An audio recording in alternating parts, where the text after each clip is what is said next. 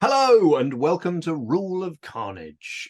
This is a continuing series of conversations between two men who make miniatures games. And one of them is me, Mike Hutchinson. Another is this chap, Glenn Ford. And we have spoken several times about the perils, the pitfalls of taking a perfectly good game and then sticking a scenario on it that absolutely completely undermines the game and turns what was glorious into something terrible. And we're going to rehash that discussion again because another way of attacking this has sort of popped up in both some games that we were playing recently and some of the final sort of rules development and playtesting that's going on with Hobgoblin, which is a game that I've been working on that you can acquire from a link laid out below this video or this podcast. And I guess what I'm referring to is disengagement with the fun engine, disengagement with the game as a winning strategy. And if you go back in the mists of our archive, there's a conversation about how you might go about equating the urge to be victorious with the shared urge to have fun. And this is sort of adjacent to that. But how, when you're writing your game, and particularly when you're taking a perfectly good rule system and then trying to write scenarios around it, how do you avoid players disengaging or choosing not to engage with the game being the best course of action? Because honestly, like with the best will of the world and really quite a genuine focus on this problem constantly, like I've written one of these recently where some playtesters came in. The scenario that I was writing for Hobgoblin was, okay, cool, everyone has a class of like model that they can include that's a hero. Cool, we should have a scenario where you kill all the heroes or as many heroes as you can. You know, most heroes killed is the winner, except, you know, some armies will have lots of heroes and some will only have 2 or 3 heroes. So then you have to write some special rules around, okay, well, once all the heroes are dead, or like, you know, how many victory points do I get for 1 and 2, and, you know, blah, blah, blah, blah, blah. And in writing all of those things, I ended up with a game being reported where 2 armies clashed. 1 unit was killed that contained 2 heroes, and then the unit that had killed that unit went, brilliant, I can run off into the sunset, and spent the rest of the game dancing around trying to avoid being in a armed conflict, which of course is, you know, defeating the point of Hobgoblin. The point of Hobgoblin is not to have an army running around in the backfield trying to avoid being fought. But, you know, no disrespect to the playtester, they were playing the best strategy to win, and so the best strategy there was the best course of action for them was to avoid the game, was to disengage with the game. And I think, you know, we were playing a game recently where the best strategy for a given scenario was simply not to even engage with the game at the first hurdle. Was to basically, this is actually a surprisingly common problem with scenarios written by people who aren't paying attention, is you set the game up and then you press play and it's like, oh wow, I don't need to go anywhere near you, and actually going near you is a worse course of action than declining to engage with this game and not rolling any dice and not even, you know. So yeah, Yeah. you've seen a few of these as well, Glenn, I know. Yes. Yeah. And it's a tricky handful of things, I think, that are sometimes going on and sort of rubbing up against each other. There is that you shouldn't. It should never be the case that I am playing just in order to win. If I am playing only to win, there's a problem with the game. But I should be playing to win. You Yeah. know, the magic circle we enter into is that we will both pretend to care about winning in order that it can, like, make our actions predictable, bring us together into the fun zone in a certain part of the table. We both got to pretend to give a damn about winning, because that makes the game fun. It's like, I don't go to basketball courts with a ladder and put a ball through a hoop repeatedly late at night because I really want to put a ball into a hoop. But if I'm playing basketball, I really want to put the ball into the hoop because that's what I'm meant to care about. You know, that's Yeah. what we require from players. So it's not about saying, like, you know, we want you to care about winning, and if you don't care about winning, you're a bad player, and or people that care about winning to the games that care about winning to the exclusion of everything else are bad games. but it is about saying, okay, look, the game shouldn't make you an idiot for engaging with the game. It shouldn't go, okay, you're winning now. The more you engage with the fun engine of this game, or with the game at all, the further you will get from winning. You will basically lose with every step you take towards the enemy. You are a chump for playing this game, because you don't have to be a hardcore win obsessed, competitive player to at that point just go, well, why am I playing the game if that's right? And a clear thinking player approaching a new game or a new scenario will be asking, like, okay, so what is the scenario asking me to do? Like, what am I being asked to complete? And even the most narrative player can be like, okay, what's my commanding officer telling me that I need to do? Okay, I need to take this thing over here. I need to capture this central objective, or whatever that might be. And I think that, like, it's easy but lazy to say, well, I'm just going to assume that the players are turning up to have fun, and that they will push their armies into the middle, and then they will have a fight because they want that, and they will have that. And almost every game you read will have a basic bloodbath type scenario where you push the armies together, and the person with the most stuff at the end is the winner. And even that has it inherent in it, this problem where if you create a game system with enough fluidity in the movement, you can basically have a game where the first unit that's killed ends the game, and then you go into disengagement mode. And if it's possible, everyone just scatters to the four winds, and the person who's killed the one unit then just prances around. And in Hobgoblin, you can't do that because there's just not enough flexibility in the movement system to kill one unit and then dance off into the sunset.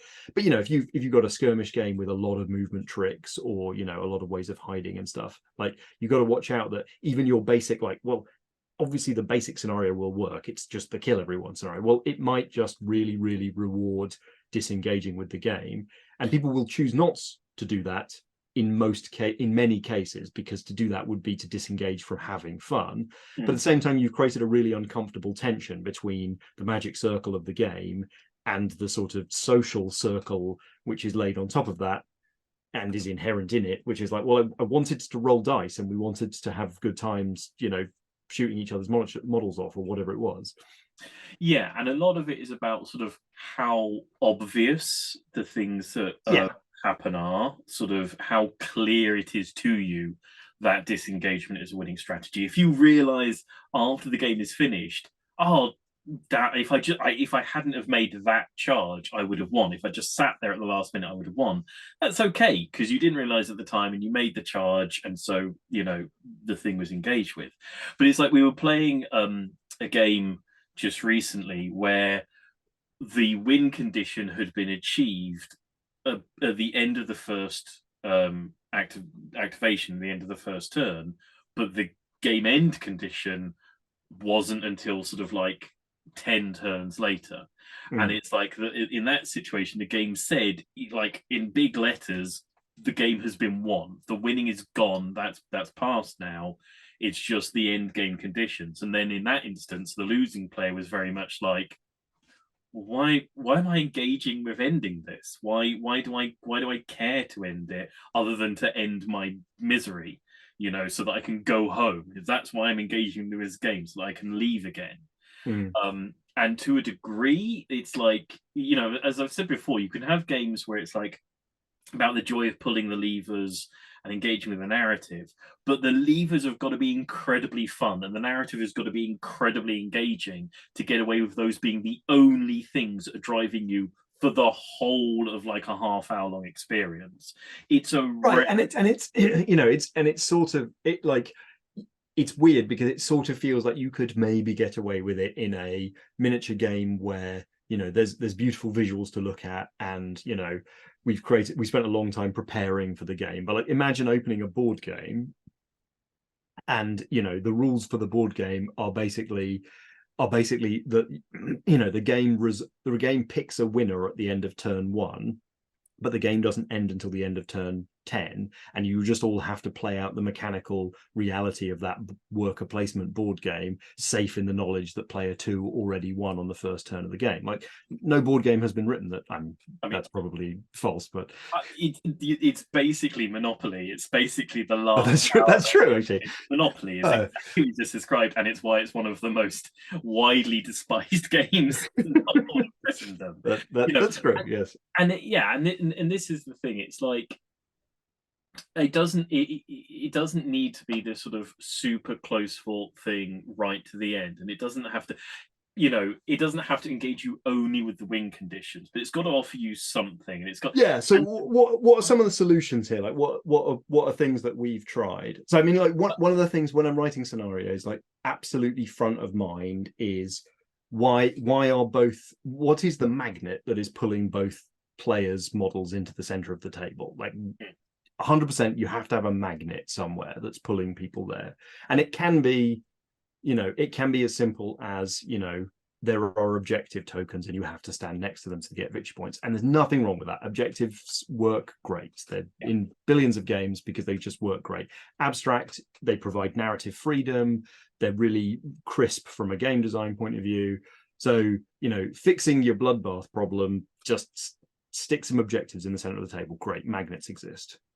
Yeah, telling players to walk into the fun zone, and it isn't enough to just say, well, that's the fun zone, go and stand in it, because it's not instantly obvious to every player. Like, those are often emergent things. The system, it will be good if everyone walks to point X at the same time. Your players don't inherently always understand that, and there's no reason to assume they will. And so just dropping down a penny somewhere and going, you see that's what you want to stand on that. I'm just telling you want to stand on that. What I'm going to tell you that is by saying you win if you stand on that. Yeah, and the next step from that is make sure that your magnets are turned on for a good amount of the game. So a classic error that I will make, when I write scenarios, is there'll be a magnet or an objective or something that you have to go and collect, and then it disappears. Like, that only works for a couple of turns of the game, and then it sort of begins to create disengagement again, or it only scores at the end of the game. Well, that's not really a magnet. That's a wait 4 turns and then it's a magnet. Yeah, and there's a super simple thing, which is it scores as many VP as the current turn at the end of the turn. And there's a bit of bookkeeping to that, but that's a really easy out to just go, right, it's worth standing on it on turn 1, but it's really worth standing on it on turn 6, and it's never worth wandering off and leaving it be, and it's always going to be a mighty mound of dead around that thing, and everyone's going to care about it.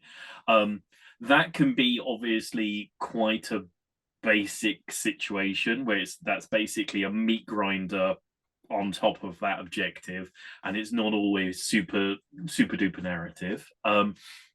You can have sort of jumping objectives, the objectives that blip off and then like respawn somewhere else, and that could be nice if you've got a very dynamic movement heavy game, to be able to say, okay, here's the objective, it's worth 1 point. When you get it, it blips out. You randomize it to another location, and the second version of it will be worth 2 points, and the third version 3 points. And that's not necessarily linked to the turn number. So if you first movement jump on that thing and it blips over there, you might be able to score it a second time in the same turn, or a third time in the third turn. And that encourages people to be like really sort of dynamic, try and hit that thing with your first activation, make sure you've got lots of options for your second activation. You need to be a little bit wary of those sorts of things where it's like, if I jump my unit onto the 1 point thing, am I just offering you the 2 point thing?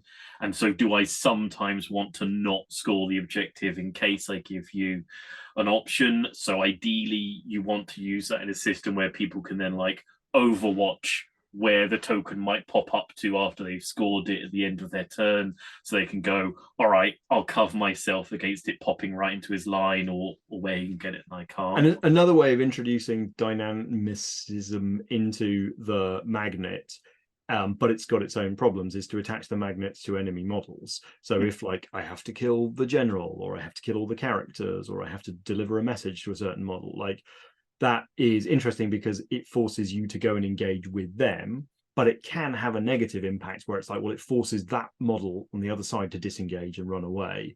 So in Hobgoblin, I've worried a lot about the fact that I wanted objectives where both sides are okay with the idea that all of the units are charging forward to certain doom.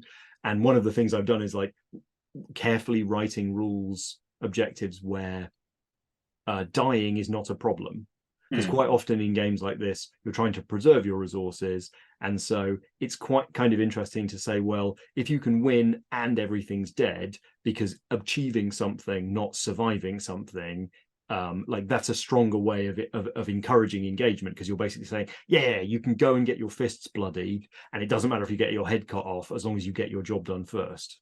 And I mean, it has to be said that, you know, when we say like engaging with the game, running away could be engaging with the game, depending on what your game is. If you're playing some sort of horror-based game and the thing hunting you is able to like teleport around and it's really difficult to get away from it, then you know it doesn't of necessity mean that running away is not engaging with the game. You've got to figure out what your game engine is and what your game is doing, and then reward that. And I think Hobgoblin there is a good example. That Hobgoblin is about making your stuff die and not mind. And there's plenty of mass battle games that are about marshalling your resources in a very careful way and caring about every guy that dies because they're people and you should care about them, and when they die it should hurt, and you've got to like make sure you get the most juice out of every dude. And that's a perfectly fine way of like writing a game, provided people actually then are encouraged to engage with that, you know, that engine, and where you're like, you know, I need to achieve this thing with these guys in the most efficient way possible, but I still need to achieve the thing. And sometimes that's a careful balancing act of going like, I want you to care about your troops, but I want you to risk your troops. Yeah, and that's always the seesaw for those sorts of games, I think. that's like going back to that resource conversation where it's like you want people to gamble their resources. You don't want the best course of action to just be to hoard all of your resources or your money or whatever, because like the point is that you've created a fantasy where presumably spending resources is fun, and otherwise you wouldn't want the resources. So make spending resources a wise choice at the same time as a fun one. Yeah, and we, within these sorts of games, we're in a weird we have two weird poles, because a natural human thing is loss aversion, where if I've got a resource, I don't really want to gamble it, you know, because one in the hand is worth two in the bush. Whereas at the same time, the natural drive of a mini gamer is, you know, let's risk it for a biscuit. Let's shove them in and see what happens. I'll blow them up once, and then I'll know what them blowing up looks like. So let's. It's a certain kind of mentality to be a miniatures gamer. Like, spend a lot of time on the miniatures because you want to watch them all burn. And it's funny sometimes writing a scenario and realizing that you've got to play to both of those mindsets to make your work. You can't say, here are some resources that you don't have to spend if you don't want to, but maybe it's a good idea to spend them, because some people will then have that pile of resources at the end of the game. I've seen people sitting there with their little coin stack, and I keep going, you can spend those. They do things. They're not worth anything. They're worth no VP at the end of the game. It is meaningless if you have them at the end of the game. It's like, yeah, I know, but maybe on the last turn of the last move, the last thing, that'll be the right moment to spend them, and I will regret having spent them otherwise. You really won't. You just, and then you get the other people to go, first activation, bang, bang, my resources. Moving on, like one of my common impulses is to create a shared victory condition or a shared magnet, so that like I don't have to worry about there being cases where two players accidentally got like poorly interacting objectives and they have to just walk past each other. So I have written games where, you know, the objective was I have to avoid you and you have to go over here, and so we're just like, okay, so we just do that and then the game's over and we both win. This is terrible. Yeah. And so having a shared objective, but not one where you both have to walk off the other person's table, is obviously like that's a quick way of making sure that you are at least all trying to achieve the same thing, and therefore there's natural conflict. Yeah, I think sort of tracking back to, sorry, what you were saying about like attaching the magnet to particular units and things. Oh The yeah. other worry about that is that it speaks to like list building for people. That it's like Mm. the thing, like with Malifaux, there was always the mission which was kill like the person's second most expensive model, and it's like, right, I have to make sure that my second most expensive model is absolutely nails. Yeah, And or tanky as heck. if I have like a force where I've got like no spike, and I've just got a whole bunch of minions, that's a real worry, or if it's like target the most numerous unit type in the opponent's army, then everyone's like, right, so I don't want to have only one of every kind of unit in my army, right? Right. I mean, I guess this is I guess this is a design question though, which is like, is that a problem for your game, or is there a way that you're making that an interesting thing? Like that does potentially offer a way to knit the meta or the list building into the victory point thing. Mm. And that might be, if done intentionally, that could be lovely. But as with almost everything in these conversations, if done with intent and thoughtfully, it's a good thing. If done in a sort of like, people will probably have about 3 of each kind of thing in their army, won't they? This will be fine. Then you're having real problems because you're sort of putting a thumb onto the scale of the list building that you're not aware that you're doing, and you're going to have people sort of going, right, so I have to consider that when building my lists, and yeah, in a way that's slightly peculiar. Yeah, I think sort of the shorthand is like, figure out what is fun in your game, which isn't always obvious, and not every designer I know has bothered to do this in relation to the game. It's just shocking that it's like, well, what exactly is fun about this? Well, it's models and doing things, yeah, but no, but what exactly is the fun thing? What exactly is the fun moment? Figure out how you're going to get players to do that fun thing, and then make that fun thing the victory condition of your scenario. And I say this more than once, and it feels like it should be obvious, but it's not. And it's certainly not obvious when you get to like the 4th or 5th or 6th scenario in a given system. Yeah, no, and it's also like you can hold that dear in your heart, and then you can write a scenario and just accidentally stab yourself in the leg unintentionally. Mm.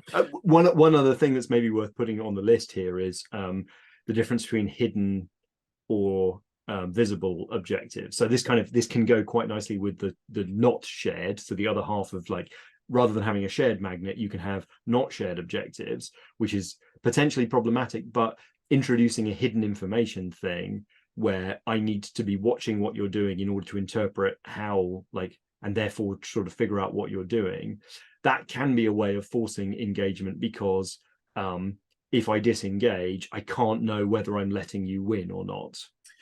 Yeah, I mean, hidden objectives are like a super risky, spicy meatball, I find, because the number of games I've played with hidden objectives where I just go about trying to achieve my objectives, pay zero attention to figuring out your objectives, and it makes literally no difference, and then you end up in this place where someone's like, I'm really trying to figure out what you're doing. To give clues, to make a player act in such a way that they give a clear and definable clue to the other person across the table from them in an interesting and engaging way as to what it is that they are trying to achieve, in order that they can then bluff that clue. That's, and like, again, like, we talk about this game all the time, but it's because it's incredible. Like, scheme marker dropping in Malifaux is just so good at this, because it's an action that any model can take pretty much. It's an action point resource cost, so it's a spend, so like it looks meaningful when you do it. And the little scheme marker is general purpose and can be used for a number of different potential things. Its position matters, its distribution with other ones matters, and other models might be able to use it in a way that's like, well, actually, even if I bluff it, I can use it as a utility for another piece. And so you don't know whether I'm setting up a slingshot or I'm dropping a hold the center table. Like, scheme markers, man, just an incredible solution to this. Yeah, because so often when there's like a hidden objective or a hidden mission, I sort of look at it and I think, okay, how would I bluff the other hidden thing? It's like I would need to go and pretend to engage in that area with a unit. I've only just got enough units to do the thing I'm actually trying to do. It's Mm. really bluffing is very expensive in Mhm. like most tabletop games. A feign is very costly, and the rewards, if the other player simply engages with your bluff in a rational, reasonable, and well considered proportionate response, you've just gained nothing from it essentially because you've just proportioned out the tabletop. So it's really hard to do well, and it's really hard to give your players the correct resources to signal. Don't assume that because you've hidden the objectives, people are suddenly going to engage in this like bluffing mind game back and forth across the table. Most people won't. It's a second order thing. And so it's It's not. like an advanced stage of playing your game. Like the first couple of games, they'll just be trying to figure out how to achieve their own things. They're not going to Yeah. be And trying if to second guess the other guy. Yeah, And if that's fair.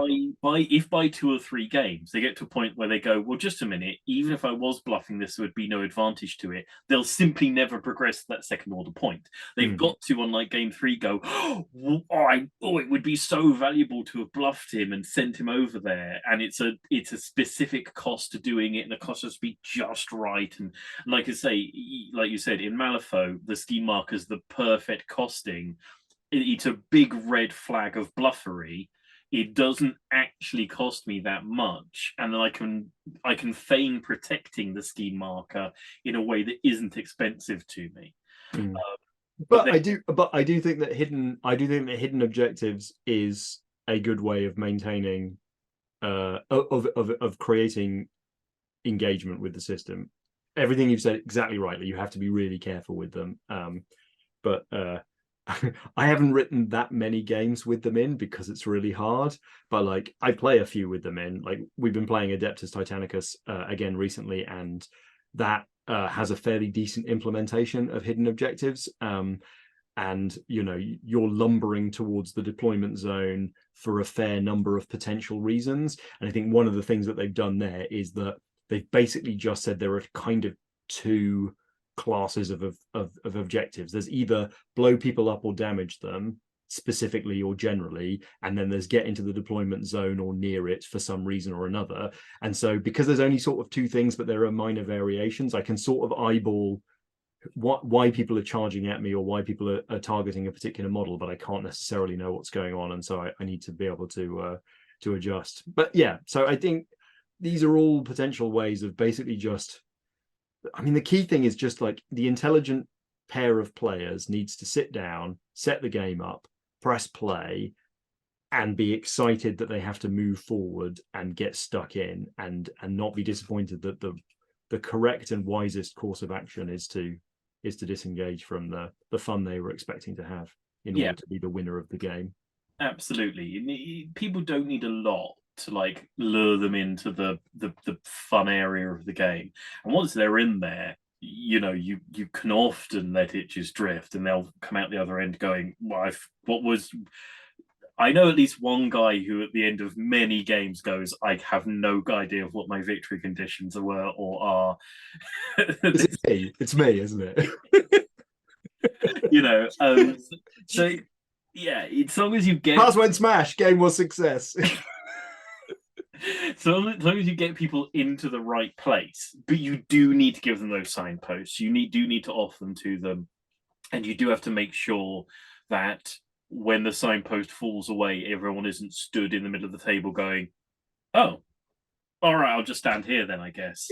It's important for the player that wants Cargo Smash game was success to, at least for the first two turns, think that they're playing cleverly to begin a grand strategy that will win, and then by turn 3 they're having loads of fun and they don't care whether they win or not. So like even for that player, it's super important that the victory conditions be clear and pressingly towards having fun, because that player thinks they're going to win in turn 1 even if they aren't.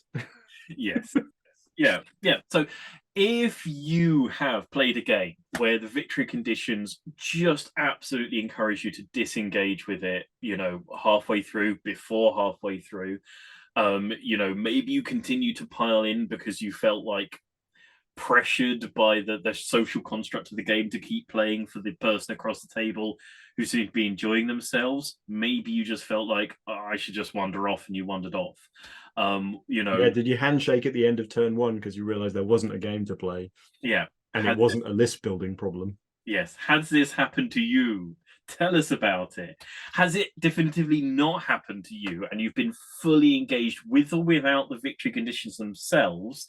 Have the victory conditions fallen away and been just enough of a sweetie trail to the good things to keep you rolling all the way through the game until you came out the other end and then realized somebody was meant to have won this thing? Also, where did that happen? You know, because we want to copy it. When you are telling us about these things in the comments section, please do also like and subscribe this video.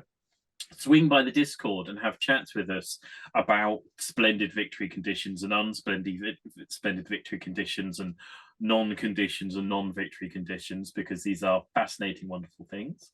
But from us and from this conversation and this rule of carnage, it's going to be a thank you and goodbye. So thank you and goodbye. Goodbye. Thank you. Don't forget to define your terms.